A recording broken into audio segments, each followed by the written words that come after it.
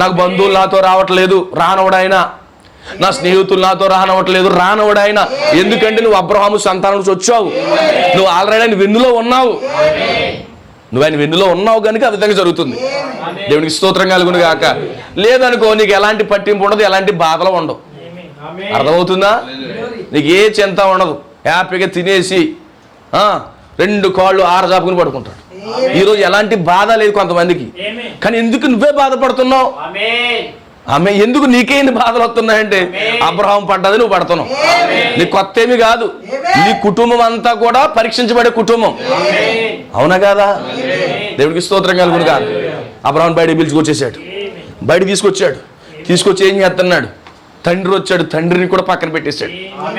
తమ్ముడు వచ్చాడు, తమ్ముడిని వేరు చేసేసాడు. ఇదేంటి అబ్బా, బంధుమిత్రులు ఎవరో మనకు వద్దా అంటే దేవుడు చేస్తున్నాడు, మనం ఏం చేయడం? నువ్వు ఒంటరిగా బ్రతుకుతున్నావేమో, దేవుడి స్తోత్రం కలుగును కాదు. నువ్వు ఒంటరిగా జీవిస్తున్నావేమో, నో ప్రాబ్లం, నువ్వెప్పుడు చింతపడొద్దు. నీకేమైనా ఒంటరి ఫీలింగ్ వస్తే అబ్రహాముని చూడు. అబ్రహాం తన భార్య, పిల్లలు కూడా లేరు, తన భార్యని పెట్టుకుని ఒక్కడే బతికాడు.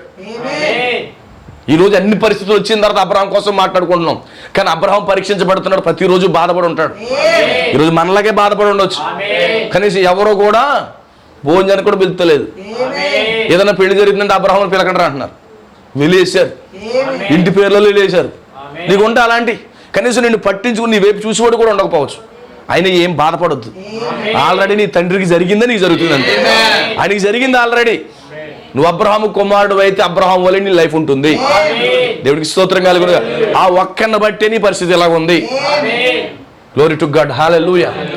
సో ఏం జరుగుతుంది? అతను చాలా ఇబ్బంది పడుతున్నాడు, ఒంటరితనం ఫీల్ అవుతున్నాడు. అయినప్పటికీ కూడా దేవుడు ఓపుకుతో ఆ స్వరానికి విధేయత చూపుతున్నాడట. దేవుడు ఏ స్వరం అయితే పిలిచాడో ఆ స్వరానికి మాత్రం అవిధేయత లేదంట అతనికి. ప్రవక్త అన్నాడు, శత్రువుగా నీ స్వాధీనపరచుకుంటాను. వర్తమానంలో అబ్రహాము దేవుడు పిలిచిన ఆ పిలుపుకి ఎప్పుడు కూడా అవిధేయత చూపించలేదట. దేవుని కుమారుడు కూడా, అబ్రహాము కుమారుడు కూడా అలాగే ఉంటాడు. వాక్యానికి ఎప్పుడు అవిధేయత చూపించడు, వాక్యానికి వర్తమానానికి ఎప్పుడు అవిధేయత చూపించడు. కష్టం వచ్చినా, ఇబ్బంది వచ్చినా, ఇరుకు వచ్చినా, వ్యాధులు వచ్చినా కానీ అవిధేయత మాత్రం చూపించడు అతను. దేవునికి స్తోత్రం కలుగును గాక, హల్లెలూయా. అదే నీ లక్షణం, అదే నీ తండ్రి లక్షణం. తండ్రిలో నుంచే నీలోకి వస్తా ఉంది. అసలు అవిధేయతలే ఉండకూడదు అసలు. దేవునికి స్తోత్రం కలుగునుగా. ఏమన్నాడు దేవుడు? కుమారుని ఇస్తానన్నాడు, వాగ్దానం చేశాడు. ఒక చక్కని కుమారుని ఇస్తానన్నాడు, ఒక సహజాతీతమైన కుమారుని ఇస్తానన్నాడు. ఆమేన్, హల్లెలూయా. అది నమ్మశక్యం కాని మాట. తన వైపు తాను చూసుకుంటే నమ్మశక్యంగా లేని మాట, కానీ దేవుని వైపు చూస్తే సమస్తము సాధ్యమే. ఈరోజు డాక్టర్ వైపు చూస్తే అన్ని అసాధ్యమే. ప్రవక్త అంటే డాక్టర్లు కరెక్ట్గానే చెప్తారట. డాక్టర్లు వాళ్ళు చదువుకున్న జ్ఞానాన్ని బట్టి, వాళ్ళ తెలివితేటలను బట్టి కరెక్ట్గానే చెప్తారట. కానీ దానికి మించి దేవుడు పనిచేస్తాడట. అర్థమవుతుందా? దానికి మించి దేవుడు పనిచేస్తాడట. ఇప్పుడు డాక్టర్ సలహా కావాలా మనకు, దేవుని సలహా కావాలా? కొన్నిసార్లు డాక్టర్ దగ్గర మనం తీసుకెళ్ళి అతని ద్వారా లేదని చెప్పించి దేవుడు ఉండేటట్టుగా చేస్తాడు. డాక్టర్నే తక్కువ చేసినట్టుగా దేవుడు చేస్తాడు. ఎందుకో తెలుసా? నేను పరమ డాక్టర్ అని చెప్పి రుజువు చేసుకోవడం కోసం. దేవునికి స్తోత్రం కలుగునుగా. ఆయనే పరమ డాక్టర్ అయి ఉన్నాడు. ఇంకెంత మాత్రం చింతపడక్కర్లేదు. 25 సంవత్సరాలు ఓపుకుతో ఎన్నో అవమానాలు, నిందలు పడుతూ వచ్చాడు ఆయన. నీ తండ్రి ఏం చేశాడు? 25 సంవత్సరాలు నిందలు, అవమానాలు పడుతూ వచ్చాడు వాగ్దానాన్ని పొందుకోవడం కోసం, వాగ్దానాన్ని స్వతంత్రించుకోవడం కోసం. అనేక కష్టాలు, అనేక బాధలు, అనేక నిందలు పడుతూ వచ్చాడు నీ తండ్రి. అవునా? మరి నీకు వస్తుంది అది. అబ్రహాము ఎలాంటి నిందలు పడ్డాడు, ఇస్సాకు కూడా అలాంటి నిందలు పడ్డాడు. అబ్రహాము ఎలాంటి పరిస్థితులు ఫేస్ చేశాడో ఇస్సాకు కూడా అదే పరిస్థితులు ఫేస్ చేశాడు. ఇస్సాకు ఎలాంటి పరిస్థితులు ఫేస్ చేశాడు, యాకోబు కూడా అదే ఫేస్ చేశాడు.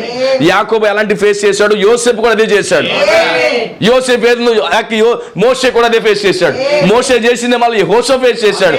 యెహోషువ చేసింది మళ్ళీ సమూయేలు చేశాడు. సమూయేలు చేసింది మళ్ళీ దావీదుకు వచ్చింది. దావీదుకు వచ్చిన తర్వాత అలా సకల జాతులందరికీ కూడా వాళ్ళు పడుతూనే వచ్చారు. ఆమేన్. అది అలాగ వస్తాను ఉంది. దేవునికి స్తోత్రం కలుగునుగా. మన తండ్రి, మన ప్రభువైన యేసుక్రీస్తు కూడా ఫేస్ చేశాడు. ప్రతి శోధనను ఫేస్ చేశాడు, ప్రతి కష్టాన్ని ఫేస్ చేశాడు, ప్రతి ఆకలిని ఫేస్ చేశాడు, కన్నీళ్లు ఫేస్ చేశాడు, నిందలను ఫేస్ చేశాడు, అవమానాలు ఫేస్ చేశాడు మన తండ్రి. ఇప్పుడు అయ్యేనికి రావచ్చు. ఆమేన్. ఇవి కొత్త ఏమి కాదు అస్సలు, నీకు మనకు కొత్త ఏమి కానే కాదు. ఆల్రెడీ మన తండ్రులు ఫేస్ చేశారు, మనం ఫేస్ చేస్తాం. అయితే మన తండ్రులు ఎప్పుడూ కూడా అపజయం పొందుకోలేదు, అపజయం అవ్వలేదు. ఆయన 25 సంవత్సరాలు ఎంతమంది ఎన్ని రకాలుగా స్టోరీలు వేసినా కానీ, ఎన్ని పరీక్షలు పెట్టుకుని ఎన్ని కఠినమైన పరిస్థితులు వచ్చినా వాక్యాన్ని విడిచిపెట్టి పోలేదంట అతను. ఇప్పుడు నీకు కూడా అంతే. చిన్న కష్టం వస్తే వాక్యాన్ని విడిచిపెట్టి వెళ్ళిపోవు. అబ్రహాము సంతానం అయితే చిన్న బాధ వస్తే వాక్యాన్ని విడిచిపెట్టి పోవట.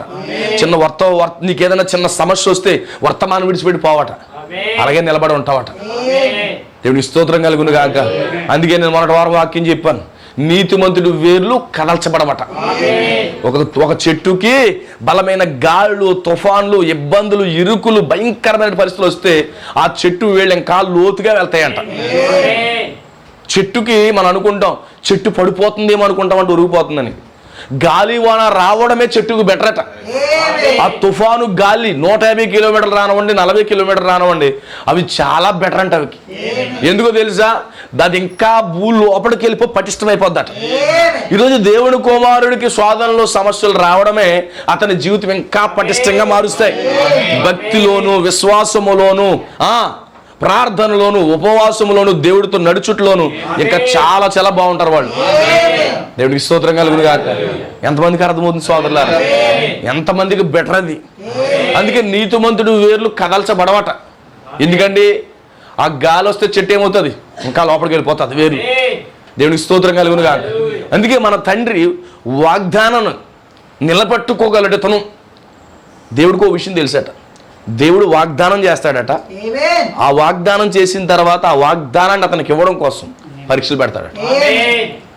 మంచి మాట చదువు, చాలా బాగుంది, నాకు తాకింది అది. దేవుడు మనకు ఒక వాగ్దానం చేస్తాడు, వాగ్దానం చేస్తాడు.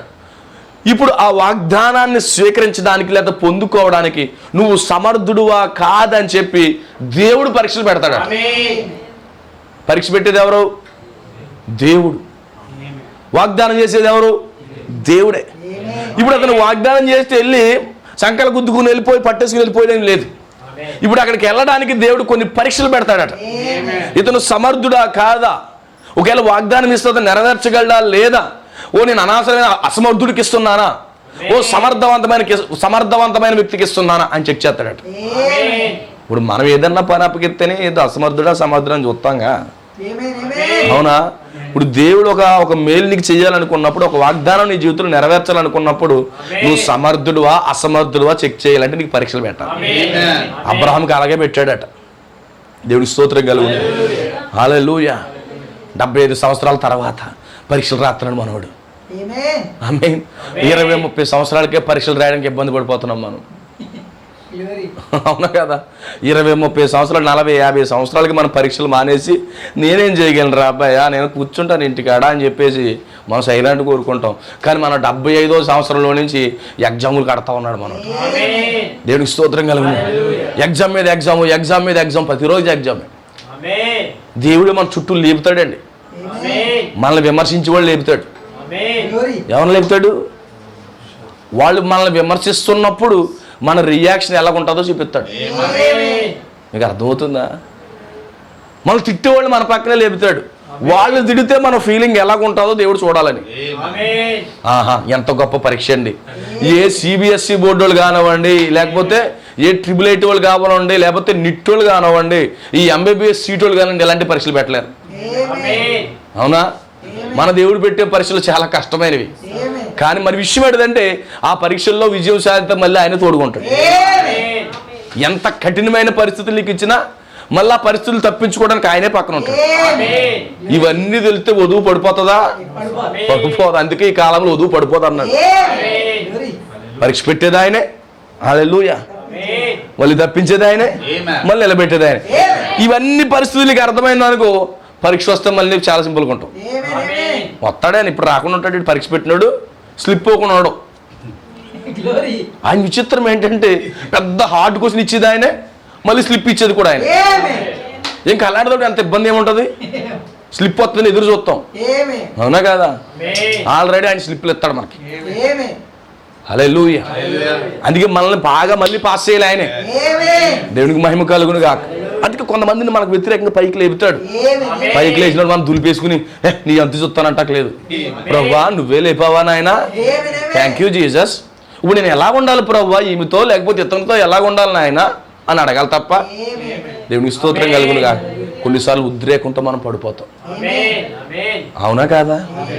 అబ్రహాం కొన్నిసార్లు ఉద్రేకాలు తాగాడు. ఏమైంది?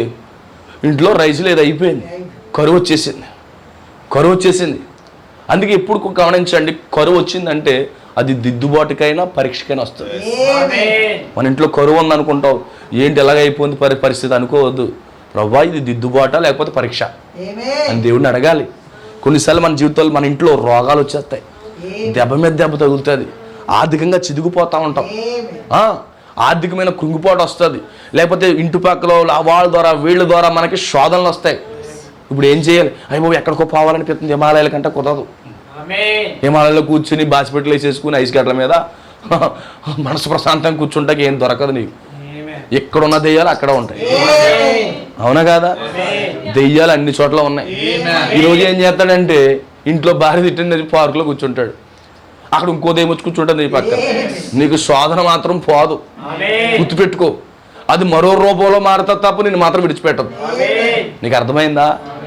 హల్లెలూయా. నువ్వు ఇంకెక్కడికి తప్పించుకోవడానికి ఏమీ లేదు. దెయ్యం రూపం మార్చుకుంటుంది అంతే. సమస్య ఇంకో సమస్యగా మారుతుంది తప్ప అక్కడికి వెళ్ళిన తర్వాత ఏమంటావు? కొంచెం కూర్చుండేటప్పటికి నీకు వేరే ఆలోచనలు వస్తుంటాయి, అవునా కాదే? నీకు హిమాలయాల్లో కాదు కదా, లేకపోతే ఊటీ కాదు కదా, అరకపోయినా నీకు ఏముండదు. నీకు మనశ్శాంతి రావాలంటే ప్రభువా అని మోకాళ్ళు వేసుకుని బైబిల్ ముందు పెట్టుకుని, ఏంటి నాకు క్లిష్టమైన పరిస్థితులు ఎందుకు వచ్చాయి నాయన, ఏంటి నా కుటుంబంలో రోగాలు, ఏంటి తెగుళ్ళు, ఒకదాని తర్వాత ఆర్థిక పరిస్థితి చిదిగిపోతున్నాము, ఎవరో కూడా సహకరించట్లేదు, అందరూ వ్యతిరేకులుగా మారిపోయారు. ఇప్పుడు నా పరిస్థితి ఏంటి ప్రభువా? ఇవి నేను హిమాలయాల్లోకి వెళ్ళాలా ప్రభువా? ఓ నా కుమారుడు హిమాలయాల్లోకి వెళ్ళిపో, అక్కడ నువ్వు జన్యుని తగిలించేసుకుంటే బాగుంటుంది అంటాడా? అప్పుడు చెప్తాడంట నీకు పరీక్ష ఇది, లేకపోతే నేను దిద్దుబాటు చేయాలి, నేను నిన్ను కరెక్షన్ చేయాలి, నేను నీ లోపాలు ఇవి ఎలాగున్నాయి, నీ లోపం మీద ఉంది, ఈ లోపాన్ని బట్టి నీకు ఇది అప్లై చేశాను, నీ పొరపాటును బట్టి నీకు తిట్టాను, నీ పొరపాటు సరి చేసుకోవాలి, నీ కఠిన పరిస్థితులు పెట్టాను అని చెప్తాడంట ఆయన. అర్థమవుతుందా? ఇప్పటికే వధువు పరిపక్వతకు రావాలి. మన చుట్టూ జరుగుతున్న ప్రతి పరిస్థితులను ఎగ్జామినేషన్ చేయాలి, ఏం జరుగుతుందో ప్రతి చిన్న విషయాల్లో కూడా. అందుకే మన ప్రవక్త చాలా అద్భుతంగా అన్నాడు, నడుచుకుంటూ వెళ్ళిపోతున్నప్పుడు ఏమన్నా తలుపు తగిలి గోరు ఉడిపి రక్తం వచ్చింది అనుకో, ప్రభువా ఎందుకు ఎట్టో నాయన అడగాలంటూ మనం ఏమంటామంటే సింపుల్గా పాత కొట్ట కోసేసి దాంట్లో కిరసనాలు పోసేసి కట్టేస్తాం, అదే.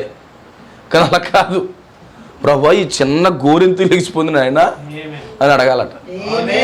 మీకు అర్థమవుతుందా? దేవునికి స్తోత్రం కలుగునుగా. ఇది నీ మహిమ కొరక, లేకపోతే నాకు ఏమన్నా బుద్ధి చెప్తున్నావు నాయన అని అడగాలట ప్రభువుని. ఈరోజు మనం అలాంటిది ఏముండదు, చిన్న గుడ్డ కోసుకొచ్చేస్తాం, ఇంట్లో ఈ లోపల అమ్మగారు ఏం పట్టుకొచ్చేస్తారు, అలాగే అతను ఏ ట్యాబ్లెట్ గవర్నమెంట్ వాడి బద్దలు కొట్టేసి దాని మీద పిండి పౌడర్ కట్టేసి కట్టేస్తాం, అప్పటికే డాక్టర్లు అయిపోతుంటాం. సో అది కాదు, ఎందుకు జరిగింది ప్రభువా అని అడగాలట. ఇది దిద్దుబాటా లేకపోతే నాకు పరీక్ష పెడుతున్నావా? ఈ దిద్దుబాటులో నా జీవితాన్ని ఎలా సెట్ చేసుకోవాలి, ఈ పరీక్షలో నేను ఎలా నిలబడాలి అని మనం దేవుడిని అడగాలట. దేవుడికి మహిమ కలుగును గాక. అడగాలట. మనం ఏమీ పట్టించుకోము, ఇంకంతే. ఇంక బెంగెట్టేసుకుని మంచాలు ఎక్కేసి నాకు ఎందుకు అవుతుంది ఇలాగా, నేను ఎక్కడికైనా వెళ్ళిపోదాం అనుకున్నాను. ఎక్కడికి వెళ్ళిపోతావు? రావేంటయ్యి, ఆత్మలు రావనుకుంటున్నావా? సమస్య లేదు, నువ్వు కొయిట బారిపోని వెనకవస్తాయి, సమస్య లేదు. నువ్వు కొయిట బారిపోయినా, దుబాయ్ బారిపోయినా, ఇజ్రాయెల్ బారిపోయినా అక్కడ ఉంటాయి, రూపం మార్చుకుంటాయి అంతే. అవన్నీ అర్థమైన ఇంకో నీకు ఎక్కడికి వెళ్ళవు, అక్కడే కూర్చొని ఒక గంట సేపు ప్రార్థన చేస్తాయి, నీకు ప్రతి దానికి సొల్యూషన్ వస్తుంది. సమస్య లేదు, ప్రార్థనకి సొల్యూషన్ రాంది ఏమీ లేదు. నువ్వు చితికిపోయినా, నలిగిపోయినా, కృంగిపోయినా, మంచాల మీద పడి మూలుగుతున్న ఉపయోగం లేదు, దేవుడిని అడగడం తప్ప. అసలు నువ్వు తప్పించుకోలేవు అంతే, అసలు నువ్వు ఎక్కడికి వెళ్ళలేవు. ఈ 190 దేశాల్లో ఎక్కడికి వెళ్ళినా నువ్వు అయిపోయినట్టు. నువ్వెన్ని పర్వతాలు తిరిగేసినా, ఆర్కిటిక్ అంటార్కిటిక్ ఖండాలు తిరిగేసినా, ఒంటరిగా ఏకాంతంగా అరణ్యంలోకి వెళ్ళిపోయి దీక్ష చేస్తున్నా నీకు దియ్యాలదు.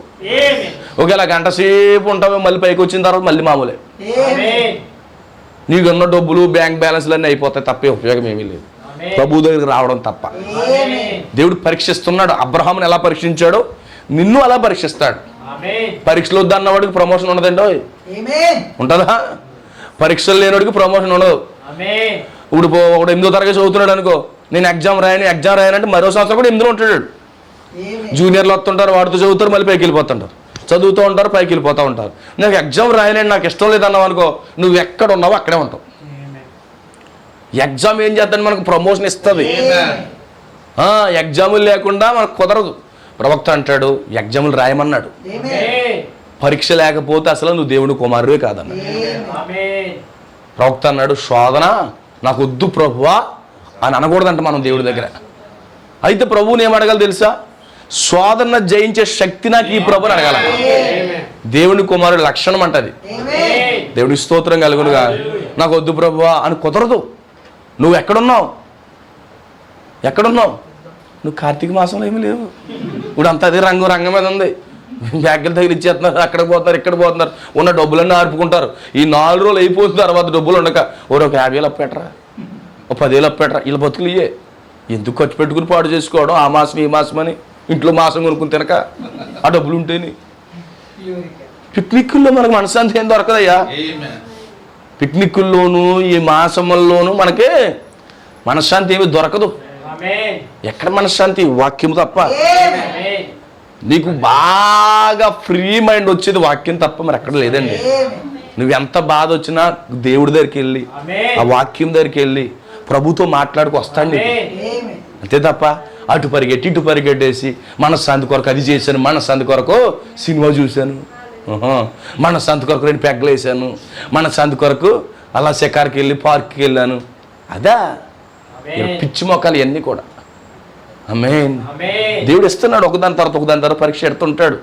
యూనిట్లు ఉంటాయి, దాని తర్వాత మళ్ళీ క్వార్టర్లు ఉంటుంది, తర్వాత ఆఫర్లు ఉంటుంది, తర్వాత ఫైనల్ ఉంటాయి. ఈరోజు పేర్లు మార్చేసారులే, ఏ అంటున్నారు మనకు తెలియట్లేదు. కానీ అయితే ఎగ్జామ్లు మాత్రం ఇవే. సో దేవుడు కుమారుడు పెడతాడు, నాకు వద్దని అనొద్దు. అయితే జయించే శక్తిని ఈ ప్రభుని అడగాలట. ఆమేన్. ఇప్పుడు యుద్ధంలో ఉన్నవాడికి కత్తి తిప్పాలి. యుద్ధం చూసేవాడికి ఏం అక్కర్లేదు. కొంచెం అది చూస్తాడు, కొంచెం సినిమా చూస్తాడు. యుద్ధం చేస్తారు కొంతమంది. ఏం చేస్తారు? ఇక్కడ మన సెల్ ఫోన్ పెట్టుకుని బలిహేస్తున్నాడు రా బాంబు అని చూస్తాం. కానీ బాంబు వేసి చూడకి ఎలా ఉంటుంది? ఇప్పుడు నువ్వు బాంబు వేసే స్థితిలో ఉన్నావు, టీవీ ముందు కూర్చొని చూసే స్థితిలో లేవు. ఈరోజు చాలా మంది అలా చూద్దాం, యుద్ధాలు చూద్దాం అనుకుంటారు. కొంతమంది జీవితాలు చూసి వీళ్ళు పెద్ద ఏదో హీరోల్లా ప్రదర్శిస్తుంటారు. ఒక వ్యక్తి నలిగిపోతున్నాడు, చితికిపోతున్నాడు అంటే అతను యుద్ధంలో ఉన్నాడు. నాకు ఏమీ లేదు, నేను బయలే ఉన్నానంటే నీ యుద్ధం చూస్తున్నావు అంతే. యుద్ధంలో ఉంటే ఆ యొక్క గుండె ఎదగడం తెలిసా? ప్రతి క్షణము శత్రువుని ఎలా కొట్టాలి ఉంటా తప్ప ఏం కార్యక్రమాలు ఏముండవు. దేవుని స్తోత్రం కలుగును గాక. అందుకే నలిగిపోతున్నావు అని చూసాడండి, అబద్ధం చేసుకోవద్దు. అతను యుద్ధం చేస్తున్నాడు, కనబడని దెయ్యాలతో యుద్ధం చేస్తున్నాడు. అతను యుద్ధం చేస్తున్నాడు. 2 దెబ్బలు తగులుతాయి. కొన్నిసార్లు ఆత్మీయ జీవితాల్లో మన చుట్టూ ఉన్న దెయ్యాలు మనం కొట్టినప్పుడు మనకు కొన్ని దెబ్బలు తగులుతాయి. అయినా కానీ యుద్ధం చేసేవాడు అవుతాడా? మరల లేచి కొడతాను ఉంటాడు. యుద్ధం చేసేవాడు లక్షణం అది. ఎంతమందికి అర్థమవుతుంది? హల్లెలూయా. లేదు 90 ఏళ్ళు జీతం అడిపోవాలి, యుద్ధానికి వెళ్ళాలంటే కుదురుతుందా?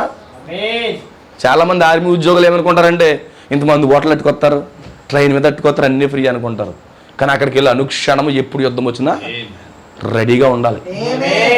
అనుక్షణము రెడీగా సిద్ధంగా ఉండాలి. ఈరోజు మనం ఎలాంటి వాళ్ళు అనుకుంటున్నాం? మనం యుద్ధం చూసేవాళ్ళం కాదు, యుద్ధం చేసేవాళ్ళం. You're the warriors.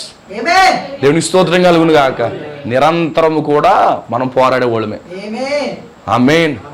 విచిత్రం ఏంటంటే జోకర్స్తో దియ్యాలు యుద్ధం చేస్తాయా? యుద్ధం ఎవరితో చేస్తారండి? అవతల బ్యాచ్ ఇటు యుద్ధం చేసేవాడితో చేస్తాయి. అవునా? యుద్ధం చూసేవాడితో ఏమన్నా యుద్ధం చేస్తాయి? ఇప్పుడు నీతో దెయ్యాలు యుద్ధం చేస్తానంటే నువ్వు యుద్ధంలో ఉన్నావు కాబట్టి. శత్రువులు నీతో ఏం పట్టించుకోవట్లేదంటే నువ్వు కామెడీ పీసు. దెయ్యాల ముందు ఏంటి? నువ్వు కామెడీ పీసు. వీళ్ళు ఎందుకురా కామెడీకి యుద్ధానికి అంటారు. ఇప్పుడు ఎలాంటి వాడైనా సమాన పోటీ చూసుకుంటాడు. ఇంకా వల్ల ఏం కావట్లేదు అన్నవాడిని పట్టించుకోడు. ఇప్పుడు శత్రువు కొంతమందిని పట్టించుకోవట్లేదు, కానీ నీకే తగులుతున్నాయా? నువ్వు యుద్ధంలో ఉన్నావు. హల్లెలూయా. అందుకే సోదరులారా, ఇది యుద్ధ కాలం, ఇది పరీక్షల కాలం ఇది. ఆమేన్. గుర్తుపెట్టుకో, పరీక్ష నీకు వస్తుందంటే నీ జీవితంలో ప్రమోషన్ ఎదురుందని అర్థం. నీ కుటుంబంలో నెమ్మది లేదు, సమాధానం లేదు, ఇబ్బందులు ఇరుగ్గు అవుతున్నావా? ఆ టైంలో ఓర్పుతో నిలబడు, ఓడిపోకుండా నిలబడు. ఆమేన్. ఓడిపోకుండా నిలబడు. నెక్స్ట్ వెరీ స్టెప్ నీకు ప్రమోషన్ వస్తుంది. అందుకే దానియేలు అంట ఆ సింహం బోన్లో గిరేస్తానన్నాడంట. నువ్వు గిరేసుకుంటే గిరేసుకో, నాకు కష్టాలు పెడితే కష్టాలు పెట్టు, నేను మాత్రం నీ అన్ని దేవతలకు మొక్కను, ఈ వాక్యాన్ని విడిచిపెట్టి నేను బయటకు రాను, నువ్వేది చేసినా నేను పడతాను అంతే, కానీ వాక్యాన్ని విడిచిపెట్టే పరిస్థితి లేదన్నాడు దానియేలు. అలా ఉండాలి, అంత కఠినమైపోవాలి. ఆమేన్. ఇప్పుడు యోబుని చిన్న ఇంచైనా కదపగలిగాడా? యోబుని చిన్న ఇంచైనా కదపగలిగాడా? ఆమేన్. దేవుని స్తోత్రం కలుగును గాక. ఇలా రౌండ్ గీసేశాడు. గీసాడా? తీసి ఏసీ పట్టుపోడు. ఈ రౌండ్ దాటాడంటే ఇతను ఫెయిల్ అయిపోతాడు. ఆడు ఏసీ పట్టుకొచ్చి మళ్ళీ అక్కడ ఎట్టేస్తాడు. ఆడి మనసులో ఉన్నది ఏసీ కాదు, నిన్ను గీత దాటించాలి. అవునా? అర్థమవుతుందా? నిన్ను గీత దాటించడం కోసమే వాడు ఏసీ పట్టుకెళ్తాడు. నువ్వు ఎప్పుడైతే గీత దాటి ఒక అడుగు బయటెట్టావు అనుకో, నాకు ఇంతరా ఏసీ అక్కడ పెట్టేస్తానంటాడు. నా టార్గెట్ ఏంటి తెలుసా? నీకు గీత దాటించాలని. యోబు నా గీతలో పెట్టాడు. యోబు చూస్తుండగా పిల్లలు చంపాడు, యోబు చూస్తుండగా ఆస్తి పట్టుకుపోయాడు, యోబు చూస్తుండగా అన్నీ పట్టుకెళ్ళిపోయాడు. ఆమేన్. ఇవన్నీ ఎందుకు చేశాడంటే యోబుని వాక్యము గీతలోంచి బయటకు రప్పించడం. కానీ కుడికి కానీ ఎడమకు కానీ యోబుని కదల్చలేకపోయాడు. ఆమేన్. అయితే వాడు పట్టుకెళ్ళి ఎక్కడ పెడతాడు? ప్రభు ముందు పెడతాడు. ప్రభువా ఇదిగో ఏసీ తెచ్చేసాను ప్రభు, అలా పెట్టి అంటాడు అంతే. నేను వాడుకోవచ్చు అంటాడు, వాడుకోవడం కుదరదు. నీ వస్తువులు ఆడెక్కడ వాడుకుంటాడు? కుదరదు. అవునా కాదా? నీ పట్టుకెళ్ళి ఏసీ, నీ పట్టుకెళ్ళిన కుర్చీ, నువ్వు పట్టుకెళ్ళిన డబల్ కాట్ అన్నీ అక్కడ పెడతాడు. ఆడు మళ్ళీ వస్తాడు నిన్ను ప్రేరేపించడానికి కోసం, నిన్ను వాక్యపు గీత దాటించడం కోసం ఎన్ని ప్రేరేపణలు పెడతా అన్ని ప్రేరేపణలు చేస్తాడు. వాడి వల్ల కానే కాదు. గమనించండి సోదరి సోదరులా, గమనించండి. ఫైనల్గా అన్నీ పట్టిపోయాడు. యోబుని గీత దాటలేదు. లాస్ట్లో వచ్చినట్టు దాటరా బాబు అని, నేను దాటను, నేను వాక్యమును దాటను. నువ్వెన్ని చేయాలని చేసేసుకో, ఎన్ని చేయాలని చేసేసుకో, నన్ను మాత్రం వాక్యం గీత దాటను లాగన్నాడు. సాతానుడు యోబు విషయంలో ఫెయిల్ అయ్యి యోబు పాస్ అయ్యి, ఆమేన్, ఏ ఏసీ అయితే పోయిందో 1+1 ఆఫర్. ఒక ఏసీ పట్టుకెళ్ళేందుకు, హాల్లో ఏసీ పట్టుకెళ్ళేందుకు ఈ లోపల కూడా బిగించాలండి. అవునా? ఒక బండి ఎట్టుకెళ్ళేందుకు ఇంకో బండి తేవాలి. వస్తున్నాయా? అన్ని 1+1 ఆఫర్ కదా ఇప్పుడు. యోబుకి అన్ని 1+1 ఆఫర్లే. అందుకే యోబుని గీత దాటించి బయటికి రాగొట్టలేకపోయాడు. అతను పరీక్షలో విజయం సాధించాడు, అతనికి ప్రమోషన్ వచ్చేసింది. ఈరోజు మనకు ప్రమోషన్ ఇస్తున్నాడు ఆయన. ఎందుకు? నీకు పరీక్ష వచ్చినప్పుడు గుర్తుపెట్టుకో, నువ్వు కన్నీళ్లు గారుస్తూ, నీ కుటుంబంలో కొన్నిసార్లు రైస్ ఉండకపోవచ్చు, కొన్నిసార్లు కఠినమైన పరిస్థితులు ఉండకపోవచ్చు, ఉండొచ్చు. అప్పుడు ఏంటి ప్రభువా నాకు ప్రమోషన్ ఏమైనా ఇస్తున్నావు నువ్వు? నీకు శత్రువులు వ్యతిరేకమైపోతున్నారా? కుటుంబస్తులు వ్యతిరేకమైపోతున్నారా? గ్రామస్తులు వ్యతిరేకమైపోతున్నారా? లేకపోతే నీకు ఆర్థికపరమైన ఇబ్బందులు వచ్చేస్తున్నాయా? రోగ పరిస్థితులు వచ్చేస్తున్నాయా? అప్పుడు దేవుడిని అడుగు, ప్రభువా నాకేమన్నా ప్రమోషన్ ఎదురుందా నాయనా అని దేవుడిని అడుగు. హల్లెలూయా. అందుకే గమనించండి, దుష్టాంతాలు ఎందుకు పెట్టాడంటే, నేను ప్రభు చిత్తమైతే దుష్టాంతాల కోసం బోధిస్తాను. దుష్టాంతాలు ఎందుకు పెట్టాడంటే అసలు నువ్వు పడిపోకూడదని అంతే. వాళ్ళ పాతకాలంలో వాడి జీవితాలు దుష్టాంతాలుగా ఎందుకు ఉంచాడంటే నువ్వు ఎప్పటికీ పడిపోకూడదని. అది ఆయన మైండ్ సెట్. అందుకే ఈరోజు ఎవరికి బయలుపరచబడిన సంగతులు నీకు నాకు ఎందుకు బయలుపరుస్తున్నాడు తెలుసా? ఆమేన్.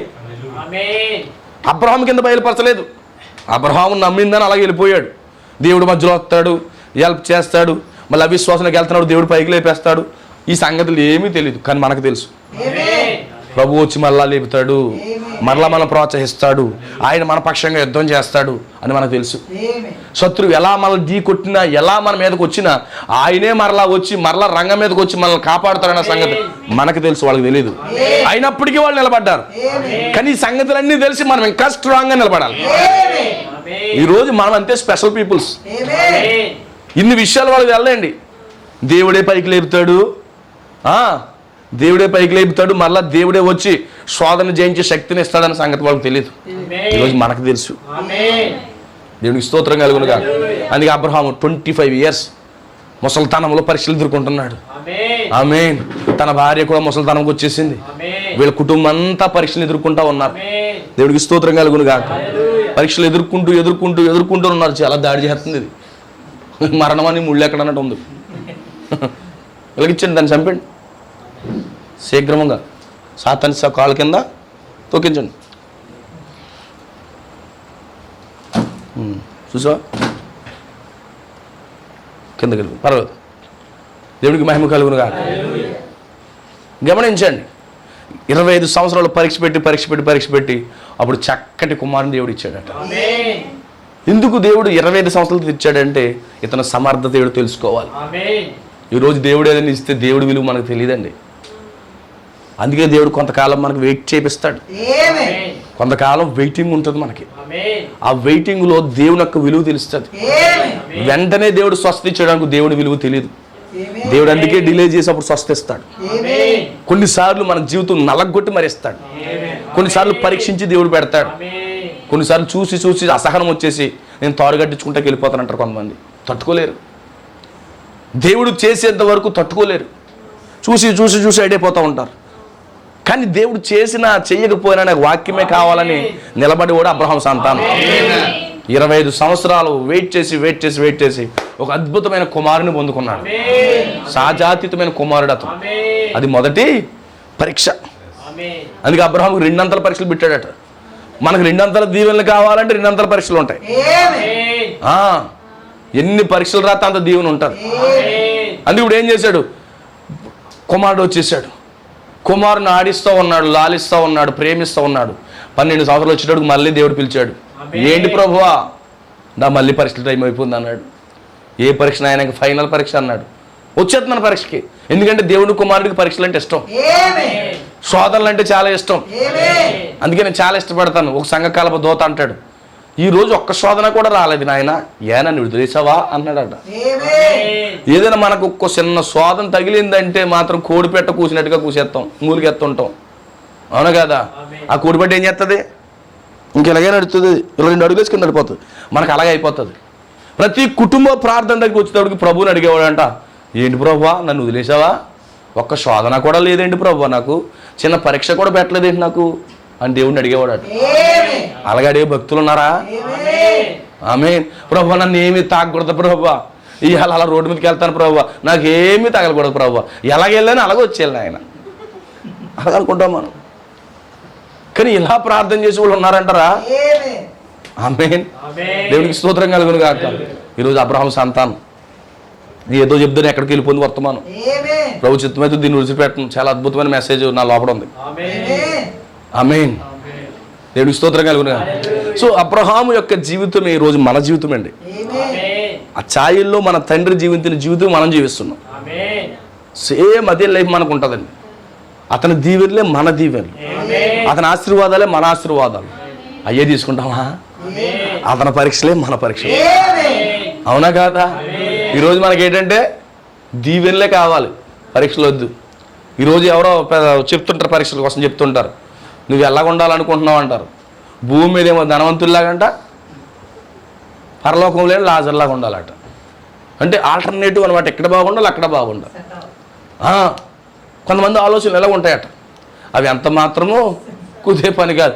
అబ్రహాములో నుంచి దీవెనలు కావాలి, అబ్రహాములో నుంచి ఆశీర్వాదాలు కావాలి. అబ్రహాము పరీక్షలు మనకు వద్దా?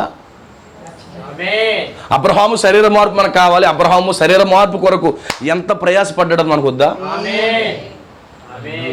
అబ్రహాం మెల్కీసెదెకుని కలుసుకునే ముందు ఎన్ని రాజులను ఓడించాడో అది మనకు వద్దా? మనం డైరెక్ట్గా మెల్కీసెదెకుకి వెళ్ళిపోవాలనుకుంటాము, ఆ 10 మంది రాజులు ఓడించాలనుకోము. అవునా కాదా? డైరెక్ట్గా మనం మెల్కీసెదెకుకి వెళ్ళిపోవాలి. మనం డబ్బున్న వాళ్ళం కదా, వెంటనే దక్షిణ భాగాలు కట్టేస్తాం. అది కాదు, అంతకంటే ముందు ఫైట్ చేయడు. ఆమేన్. అందుకని రాజులను ఓడించిన తర్వాత అబ్రహాముని మెల్కీసెదెకు కలుసుకున్నాడు. రాజులను ఓడించిన తర్వాత మరి నువ్వు ఏ రాజును ఓడించావు? రాజులను ఓడించావు, డైరెక్ట్గా మీటింగే. ఇంకెలాంటి కష్టం వద్దు ఈరోజు వర్తమానంలో. డైరెక్ట్గా బ్లెస్సింగ్సే. తెగించి తన ప్రాణాలకు తెగించి తన సహోదరుడిని దాడి చేస్తున్నటువంటి ఆ యొక్క 10 మంది రాజులు ఆస్తుని పట్టుకెళ్ళిపోతుంటే అక్కడ కష్టపడి చేసినప్పుడు తిరిగి వస్తున్నాడు, మెల్కీసెదెకుని కలుసుకున్నాడు. ఈరోజు మనకు మెల్కీసెదెకు కావాలి, కానీ ఆ యొక్క రాజులను జయించే అనుభవం మనకొద్దు. ఈరోజు మనం అలా అయిపోయామండి. ఇంట్లో కూర్చొని సెల్ ఫోన్ దగ్గర కూర్చొని ప్రభు నేను మెల్కీసెదెకుని కలుసుకోవాలి, ప్రభు అని ప్రార్థన చేస్తాం, కానీ దానికి ముందర యుద్ధానికి మాత్రం నేను వెళ్ళను ప్రభు, నువ్వే చూసేసుకో తండ్రి అంటాం మనం. గమనించండి, ఒక పోరాటం తర్వాతే ప్రమోషన్ ఉంటుంది. గుర్తుపెట్టుకోండి, ఒక పోరాటం తర్వాత ప్రమోషన్ ఉంటుంది. దేవుడికి మహిమ కలుగును గాక. 15 అధ్యాయంలో నిబంధన వచ్చింది. ఆ నిబంధనకు ముందు అతనికి పోరాటం ఉంది. ఆ నిబంధనకు ముందు పోరాటం ఉంది. ఈరోజు మన నిబంధన జనులుగా ఉండాలంటే మనకు పోరాటం. అబ్రహాము దీవెనలు మనకు ఉండాలంటే అబ్రహాము యాక్టివిటీస్ అంతా కావాలి. దేవుడికి స్తోత్రం కలుగును గాక. హల్లెలూయా. తర్వాత 16 అధ్యాయంలో ఏం చేశారు? కొంచెం ఆరాటపడ్డాడు. ఏం చేశారు? అబ్రహాంకి ఏమి లేదా, తన భార్య తొందరపడ్డది. తన భార్య తొందరపడి ఆగరం తెచ్చుకుంది. ఏం విత్తారు అదే కొత్తారు. వాక్య విషయంలో తొందరపడితే ఏది విత్తం అదే కొత్త. ఇప్పుడు ఏం చేసింది? ఆగరం తీసుకొచ్చి పెండ్లి చేసేసింది. మంచి రిజిస్టర్గా ఉందంట ఆమె. పెండ్లి చేసిందంటే అతను ఏం చేస్తాడు? పెళ్లి చేసుకుని వెళ్ళిపోయాడు. తన భార్య మాట అన్నాడు. నువ్వు భార్య మాట వింటావని చెప్పి దేవుడు మాట్లాడడం మానేశాడు.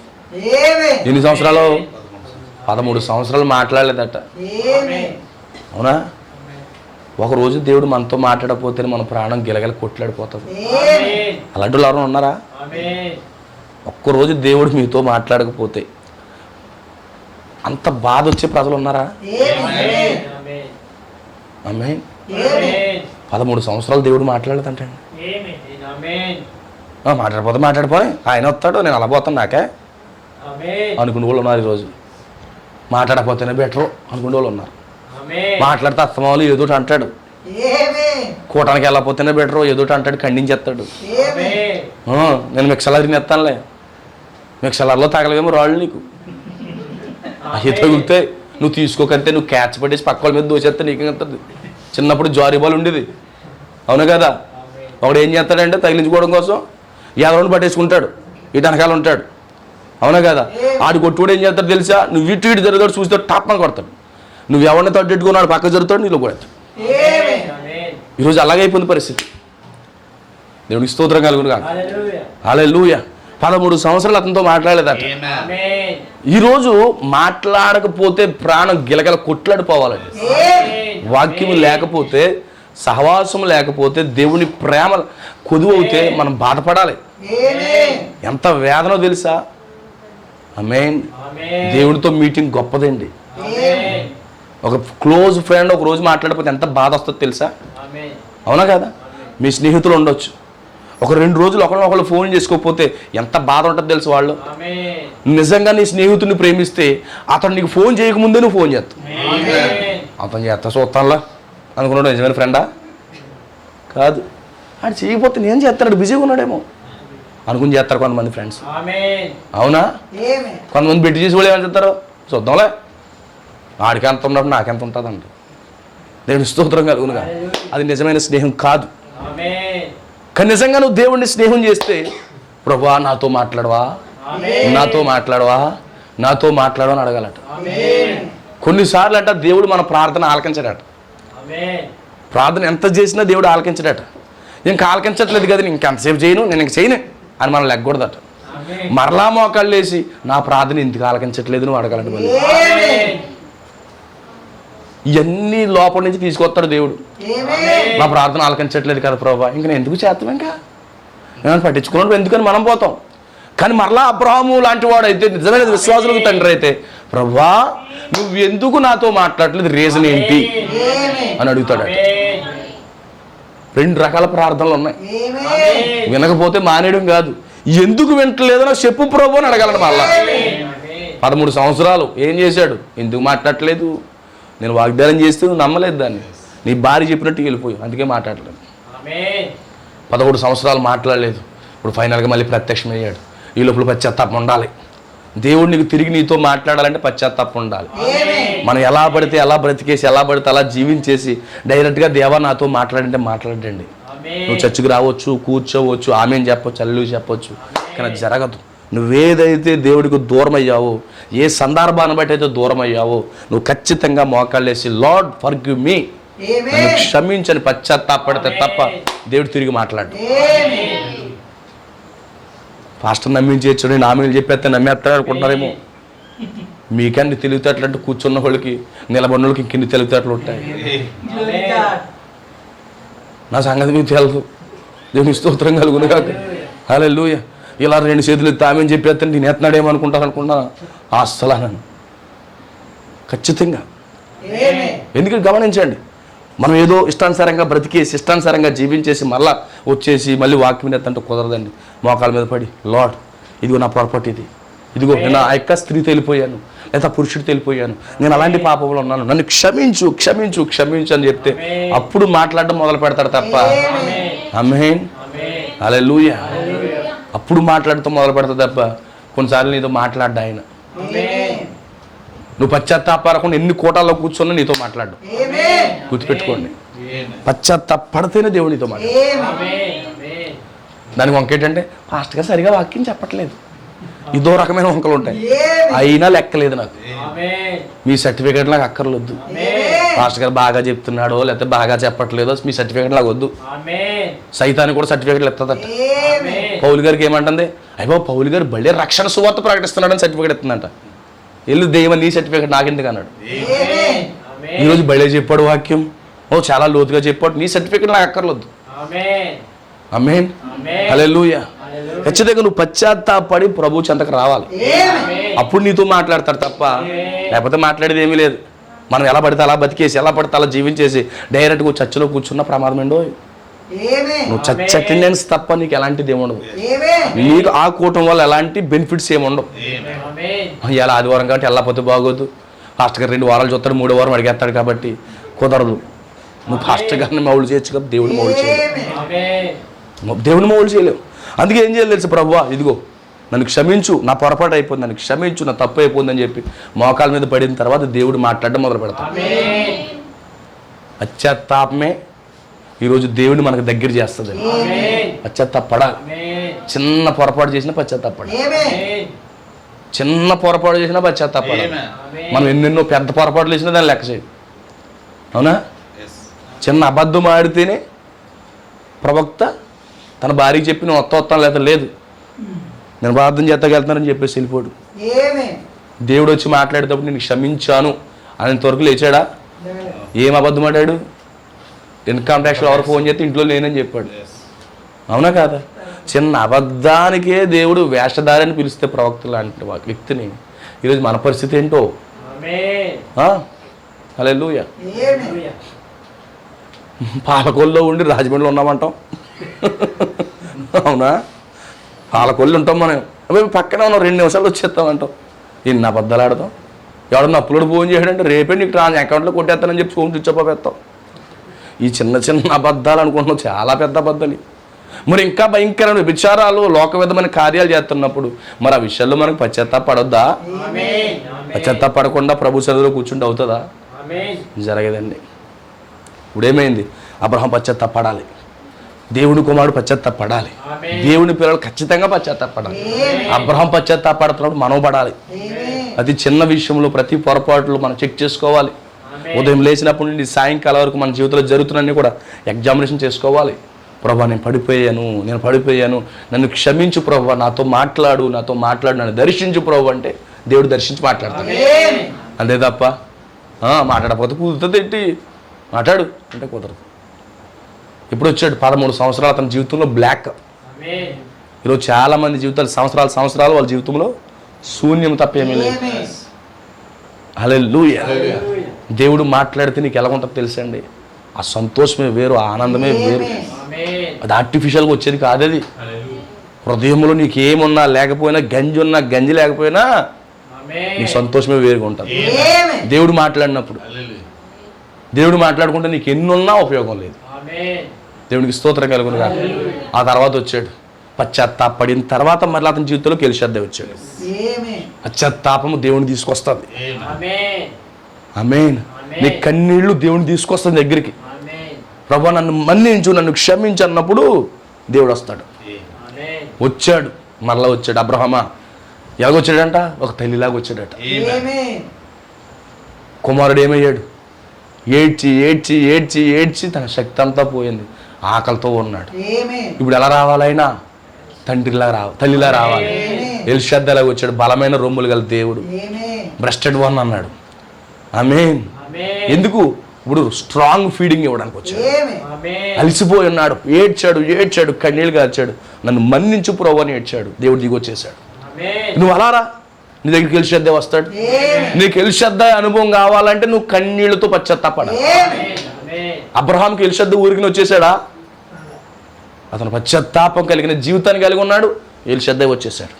ఇప్పుడు నీ జీవితంలో ఎల్షద్దా అనుభవం కావాలంటావు, దాని ముందున్న పశ్చాత్తాపం పడు. అది పడితే ఎల్షద్దా వస్తాడు. రెండోందుకు అర్థమవుతుంది. హల్లెలూయా. తర్వాత ఏమైంది? ఎల్షద్దా అయిపోయింది, ఆ పేర్లు మార్చాడు. ఈ పేర్లు ఉంటే చాలా డేంజర్ రా, వాళ్ళు పేర్లు మారిపోవాలన్నాడు. అందుకే పేరు వెనకాల అభిషేకం ఉంటుంది. అందుకే పేర్లు మార్చుకోండి. పేర్లు వెనకాల అభిషేకాలు ఉంటాయి. ఒక దైవికమైన పేరు మీకు కలిగి ఉండండి.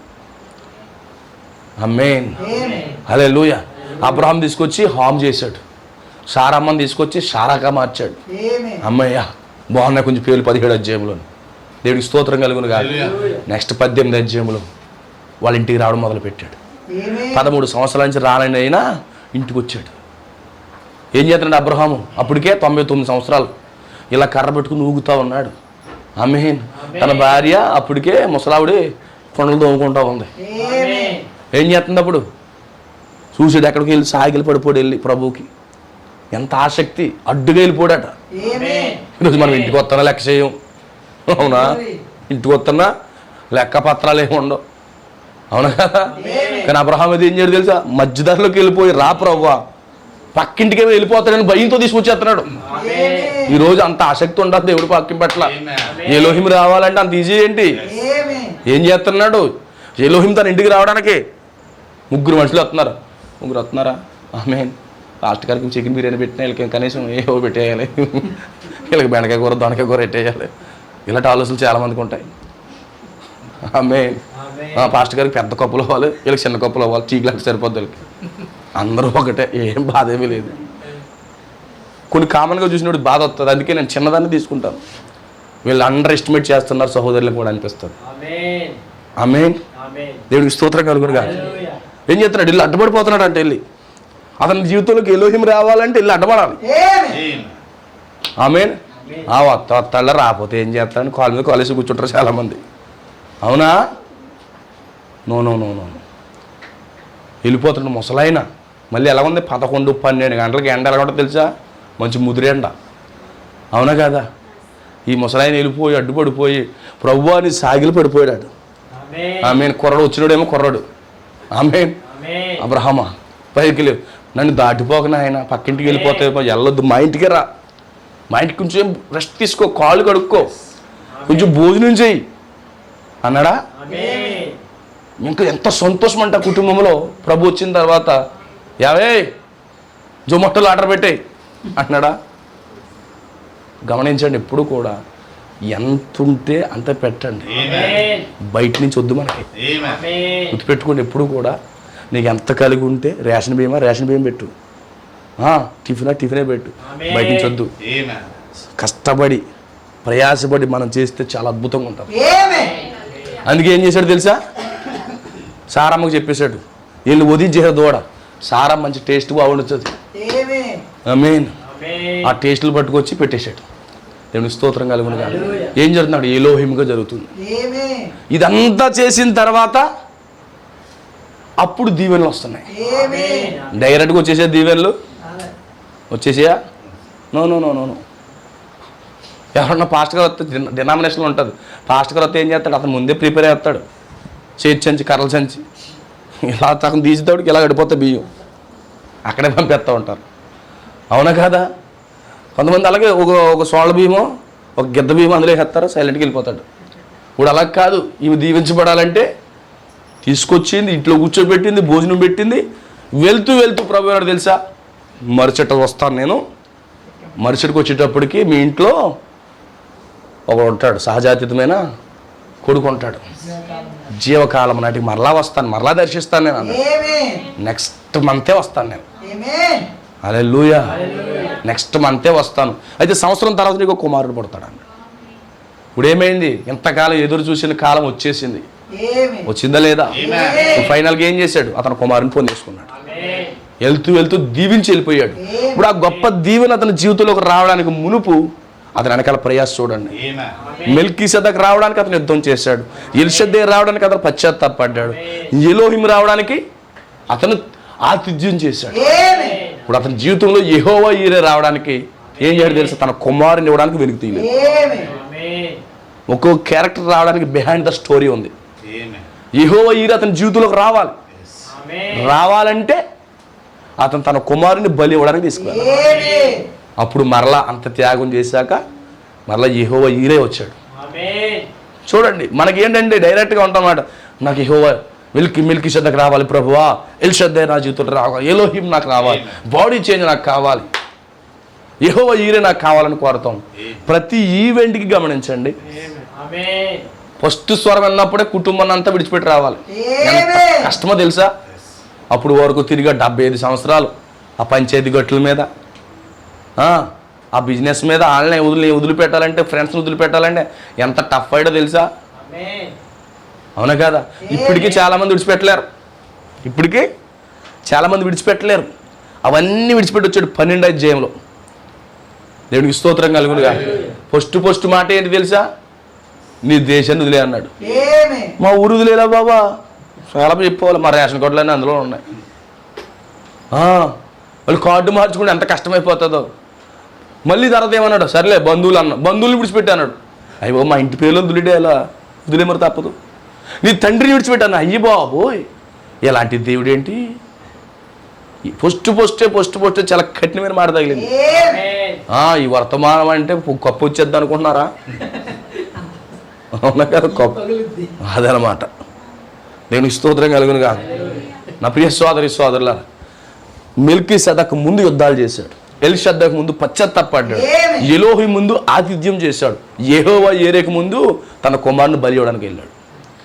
ఈ గ్రేటర్ ఈవెంట్స్ అతని జీవితంలో జరిగే మునుపు ఆమేన్ అన్ని త్యాగాలు చేశాడు ఆయన. ఇప్పుడు మన జీవితాల్లో కూడా అన్ని త్యాగాలు చేస్తేనే ఈ ఈవెంట్స్ అన్నీ మనం పొందుతాం. అతను ప్రతి చోట పరీక్షించబడ్డాడు. ముందు 25 సంవత్సరాలు పరీక్షించబడ్డాడు, తర్వాత మరొక 12 సంవత్సరాలు పరీక్షించబడ్డాడు. పిలిచేడు దేవుడికి స్తోత్రం కలుగును. పిలిచేసి అర్పించేమన్నాడు. అసలు చింతే పడలేదు. కొన్నిసార్లు అట దేవుడు మనకి సాక్ష్యాలు ఇచ్చి సాక్ష్యాలను చంపేయాలంటాడండి. నోక్తనడా మాట. ఆమేన్. 25 సంవత్సరాలు కాపాడుకుని సంఘంలో చూస్తే సాక్ష్యం చెప్తాం. కొన్నిసార్లు చాలా విచిత్రంగా ఉంటుందండి. దేవుడు నాకు ఈ కార్యం చేశాడు, ఆ కార్యం చేశాడు అని చెప్పి సంఘాలు నిలబడతాము. ఇంటికి వెళ్ళిన తర్వాత సాక్ష్యం పగిలిపోయినట్టుగా ఉంటుంది. నేను సంఘంలో ఎలా చెప్పాను, మరలా అదే రోగం వచ్చేసింది, మళ్ళీ అదే తెగులు వచ్చేసింది అనుకుంటాం. కానీ కాదు, ఏమీ రాదు. అది క్యాన్సర్ పోయిందని మనం సాక్ష్యం ఇస్తూ ఉంటాం. అది కొద్ది రోజుల్లో మళ్ళీ బయటపడింది అనుకో, ఏమనిపిస్తుంది? నేను సంఘంలో సాక్ష్యం ఇచ్చేసాను, అది మళ్ళా వచ్చేసింది అనిపిస్తుంది. కానీ కాదు, దేవుడు మరలా అక్కడ అడ్డుపడతా ఉన్నాడు. అంటున్నాడు. ఏమంటున్నాడు తెలుసా? చాలా చక్కని మాట, నాకు చాలా బాగా నచ్చింది. నీ కుమారుడు ఇవ్వటంలో నువ్వు వెనుక తిరగలేదు కాబట్టి. చూడండి, చాలా బాగుంది మాట. అది చదువుచేత మీ తర్వాత మాట్లాడతాను మిగతా విషయాలు. వెనుక తీయలేదు కనుక నీవు దేవునికి భయపడేవాడు అని ఇందువల్ల నాకు కనబడుతుంది అన్నాడు. నీ కుమారుడు ఇవ్వడంలో వెనుక తీయలేదు కనుక నీవు దేవునికి భయపడేవాడు అని ఇందువల్ల నాకు కనబడుతున్నాను. అబ్రహాము ఏంటి? దేవునికి భయపడేవాడు. భయపడంటే ఇవ్వకపోతే మటర్ చేస్తాడని కాదు, ఇతను భయభక్తులు కలిగిన వాడు, దేవుని విశ్వాసము కలిగిన వాడు. ఆమేన్. అంతకుముందు తన తండ్రి ఎవరు? తన వంశవల్లో యోబు.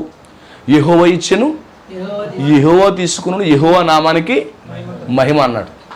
చూడు, అదే వరుసలో ఉన్నారు. ఎవరు? నెక్స్ట్ అదే వంశవల్లో అబ్రహాం వచ్చాడు. అబ్రహాముకు తెలుసు యోబు చరిత్ర. ఇప్పుడు అదే వరుసలో వచ్చాడు. ఇప్పుడు ఏమన్నాడు? ఇస్సాకుని ఇచ్చేసాడా? యెహోవా ఇచ్చాడు, యెహోవా తీసుకున్నాడు, యెహోవా నామానికి మహిమ కలుగును గాక అన్నట్టుగా అబ్రహాం అన్నాడు. అందుకే దేవుడు ఇచ్చిందని వెనక్కి ఇవ్వడం ఆపుకోలేదు. మనం ఏదైనా ఏం చేస్తాం? ఇవ్వను బాబాయ్, ఇవ్వను అంటాం మనం. ఆయన ఇస్తాడు ఎలాగా, మళ్ళీ నాకు ఇచ్చి అంటాడు. అప్పుడు ఎంత కష్టమవుతుందో తెలుసా? అవునా కదా? 25 సంవత్సరాలు దరిదాపుగా ఎదురు చూసి ఇస్సాకును పొందుకున్నారు. పొందుకున్నారు కాబట్టి 12 సంవత్సరాలు మళ్ళీ అందరికి అంతా చక్కగా చూసి 7వ తరగతి చదువుతున్నాడు. ఆ బాలుని నాకు ఇచ్చే అన్నాడు. వెంటనే తన రెవల్యూషన్ స్ట్రైక్ అయ్యింది. యోబు గుర్తొచ్చాడు. యోబు పిల్లల్ని అర్పించేశాడుగా, దేవుడు ఫైనల్లో ఇచ్చాడు కదా. ఇప్పుడు నా ఇస్సాకు నేను ఇచ్చేసినా మళ్ళీ నాకు ఇస్సాకుని ఇచ్చేస్తాడు దేవుడు అని చెప్పేసి అంత విశ్వాసం ఉంది. అందుకే మన జీవితాల్లో ఏది జరిగినా భక్తుల జీవితాల్లో మనం పోల్చుకోవాలి. మనకు జరుగుతుందంటే ముందు ఎవరికో జరుగుతుంది. ఆ జరుగుతున్నప్పుడు ఆ స్థితిలో ఎవరు ఎలా నిలబడ్డారో నీకు అర్థమవుతాయి, నువ్వు నిలబడ్డా. అందుకే యోబును చూసి అబ్రహాం నిలబడ్డాడు. యోబుకి మళ్ళీ తీసుకొని ఇచ్చేసాడు కదా, ఇప్పుడు ఇస్సాకును తీసుకొని ఇచ్చేస్తాడు. ఆమేన్. ఆ ధైర్యం అబ్రహాముకు ఉంది. ఆ కారణాన్ని బట్టి దేవుడు ఏమంటాడు తెలుసా, నువ్వు ఇలా చేసావు కాబట్టి నీవు దేవునికి భయపడే వ్యక్తి అని నాకు అర్థమవుతుంది. నువ్వు దేవుని ఎందుకు భయభక్తులు కలిగిన వ్యక్తి అని నాకు అర్థమవుతుంది. ఆమేన్. దేవుడు నేరుగా మాట్లాడుతున్నాడు. ఇంక ఇస్సాకుని బలవద్దు, ఇస్సాకు బదులుగా నేను ఒక దాని పొట్టేలను ఏర్పాటు చేస్తాను. పొట్టేలు వచ్చింది, పొట్టేలను అక్కడ అర్పించాడు. అందుకే దేవుడు ఏది అడిగినా ఇవ్వడానికి వెనుతియొద్దు. దేవుడిని నష్టపరచడు. ఏదైనా ఇమ్మనడానికి ఇవ్వడానికి సిద్ధపడిపో. నిన్ను ఏదో నష్టం చేయడు. అయితే దాని ప్లేసులో దాన్ని భర్తీ చేసి నిధి నీకు ఇస్తాడు. అంతే తప్ప నువ్వేం అనుకోవద్దు. నా దగ్గర అది అడిగేస్తున్నాడు, ఇది అడిగేస్తున్నాడు ప్రభు అనుకోవద్దు. నువ్వేది అడిగినా వెనుతియొద్దు. నీ లైఫ్ అడుగుతున్నాడు, వెనుతియొద్దు. ప్రభు నీ వాక్యం కొరకు నేను బ్రతుకుతాను, నేను నష్టపోయినా అన్ని జీవితాన్ని అక్కడ త్యాగం చేయి. నీ జీవితాన్ని ఏమి నష్టపోవు, నీకేమి ఇబ్బంది ఏమి వచ్చేది. కానీ అక్కడ నీ లోపల ఉన్నటువంటి గుణలక్షణాన్ని బయట తీసుకొస్తాడు. దేవుడు చేసేది అదే. నీ లోపల ఉన్న గుణలక్షణాన్ని బయట తీసుకొస్తాడు. అబ్రహాము ఏమై ఉన్నాడు అన్నది బయటకు వచ్చింది. అబ్రహాము స్వార్థపరుడా, త్యాగమూర్త, త్యాగం చేసే వ్యక్తి అనేది ఆ విషయాన్ని బట్టి అర్థమైంది.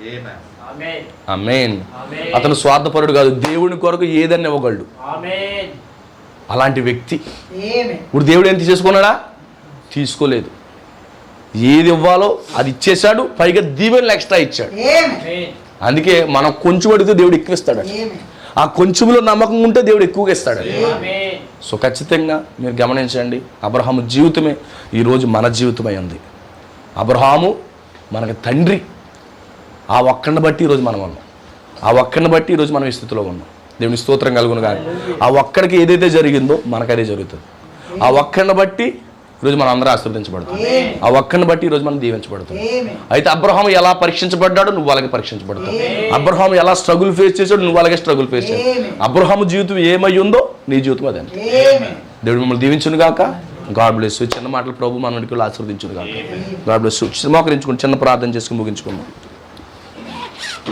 ప్రభు మాకు సహాయం చేయండి. ప్రభు నీ కృప మాకు దయచేయమని ప్రభువుని అడగండి. Thank you lord. Thank you father. నీకు స్తోత్రాలు ప్రభువా, నీ కృతజ్ఞతలు ప్రభువా, నీకు స్తోత్రాలు ప్రభు అని ప్రతి ఒక్కరు కూడా ప్రభువుకు సమర్పించుకోండి. ఎవ్రీబడి ప్రతి ఒక్కరు కూడా ప్రభువుకు డెడికేట్ చేసుకోండి. పరిశుద్ధుడువా తండ్రి నీకు స్తోత్రాలు ప్రభు, నీకు వందనాలు ప్రభువా. ఈరోజు మేము అబ్రహాము సంతానమై ఉన్నాము. అబ్రహాం మెల్కీసెదెకు పొందుకున్నప్పుడు అతను 10 మంది రాజులతో యుద్ధం చేశాడు. ఓ దేవా ఇదిగో నిత్యం ఎల్షద్దాయి అనుభవం పొందినప్పుడు అతడు ప్రభువా పశ్చాత్తాపడ్డాడు. ఓ యెహోవా ఎలోహింగా ఎలోహిం అనుభవం పొందినప్పుడు అతను చక్కటి ఆతిథ్యం ఇచ్చాడు. ఓ ప్రభువా, ఓ తండ్రి కుమారుని పొందుకునేటప్పుడు అనేక పరిస్థితులు అతని పరీక్షల్లో ఉన్నాడు ప్రభువా.